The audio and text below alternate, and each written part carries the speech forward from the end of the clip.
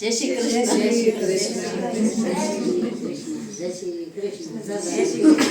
જય શ્રી કૃષ્ણ અને જય દ્વારિકાધીશ બધાને. તો ચાંદલા થઈ ગયા બાદ આખું કુટુંબ સાથે બેઠું હતું. બધા સારો એવો સમય પસાર કરી રહ્યા હતા.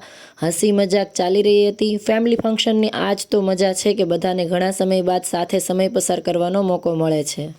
ત્યારબાદ અમે પહોંચી ગયા હતા જમવા માટે. ઘણા સમય બાદ અમે લોકો બધા સાથે જમતા હતા.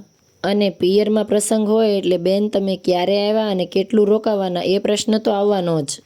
અને આ નાનકડી દેવાંશીના પપ્પાની હું ફઈ છું. તો મારી અને દેવાંશી વચ્ચે શું સંબંધ છે તે તમે કોમેન્ટમાં જરૂર જણાવજો. મોટી થઈને દેવાંશી મને કયા નામથી બોલાવશે એ જણાવવાનું છે તમારે. પછી મેં સવારથી પહેરેલો આ તામઝામ ઉતારીને હું સૂઈ ગઈ હતી. જાગીને હું જોઉં છું તો આ શું, આ તો અંધારું થઈ ગયું ને આ બધા વાળું કરવા બેસી ગયા હતા. અને વાળું કરતાં કરતાં તો એકદમ બધા મોજથી વાતો મસ્તી મજાક કરતા હતા. આપણે પણ વાળું કરી લીધું ને ફરીને સૂવાનો પ્રોગ્રામ કરી લીધો.